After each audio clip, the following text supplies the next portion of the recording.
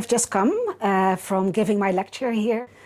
My lecture was about the early stages of star and planet formation, and especially the disks around young stars in which we think that currently planets are being formed.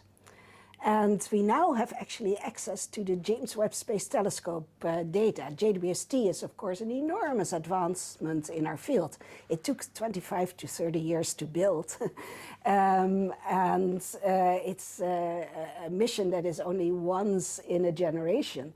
But we have it now, and we actually have a mid-infrared instrument on it that is exquisitely well suited in order to study the molecular content of disks around young stars. So there are several programs actually with JWST that study these planet-forming disks. Our program, the MINDS program, is one of them.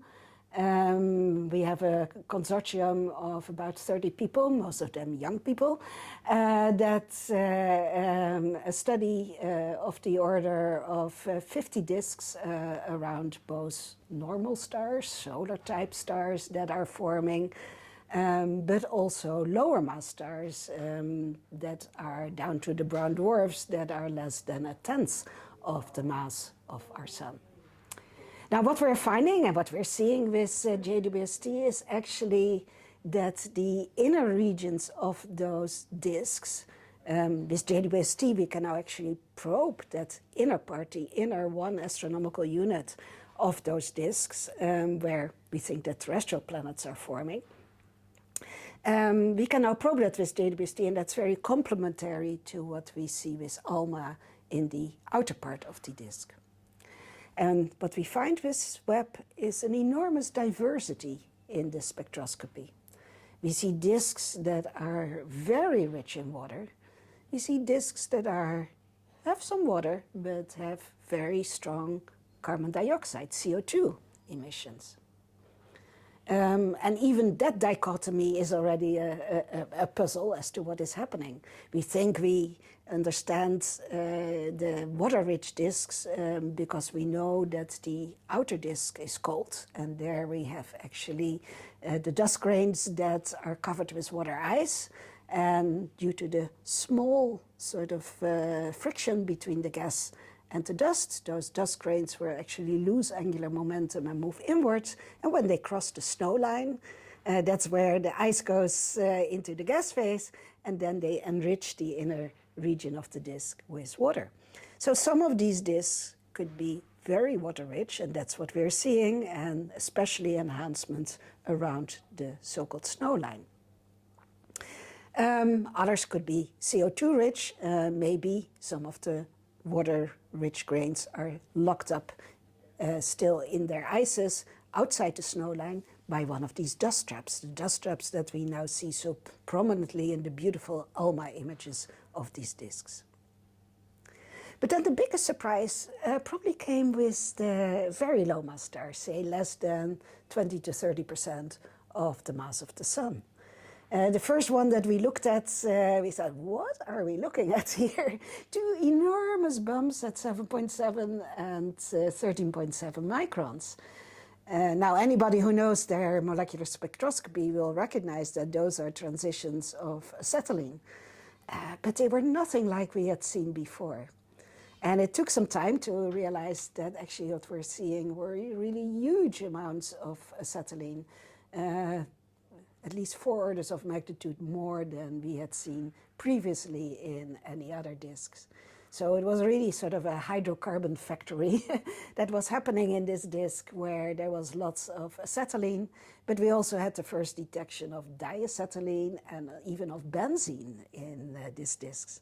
There had been theories about making benzene in disks of almost 2 decades ago, but now we finally first saw actually the benzene in these disks. So was this a unique event? We now have at least a dozen of these very low mass star disks, and we see that almost all of them are really very rich in these hydrocarbons. Some have more methane, some of them have more acetylene, all of them have this whole rich variety of hydrocarbon molecules. So what could be causing that? Well, there are two explanations actually. Clearly the models show that you need to have a high overall carbon over oxygen ratio in the gas, a high C over O ratio. But that means you can enhance C or you can deplete O. And in both cases, you get a higher C over O ratio. And it could be that both of these are happening in the disks. We could be destroying the carbon grains. And this is where especially the link with this cost action comes in, because we need really a lot more information on what these carbon grains look like, whether they are hydrogen-rich hydrocarbon grains, what temperatures they sublimate, how we can destroy them by, say, chemi-sputtering. These are all astrochemical questions, more on the chemical physics side, that we would like to know. And the other explanation is, of course, the freezing out of water, getting rid of the oxygen and preventing that from moving inwards. That's certainly also something that must be happening near the snow lines. And the third explanation, actually, that could come in is that we bring in not just water-rich grains to the inner disks, but also grains that are rich in CH4. They are a little bit more in the outer part of the disk, the very coldest outer parts, and they come in last when they are drifting in. But in these very low mass stars, that could be actually what is happening, or at least contributing as well, that we bring in these carbon-rich grains. So in summary, JWST is presenting us with lots of surprises. That's the fun of a new mission, that you never know what you're going to find beforehand. You can write lots of proposals, but then the real data come, and they are always a joy to work with, and really showing us a new view of the inner planet-forming regions of disks. Carbon-rich, oxygen-rich, is this what happened to our own early Earth?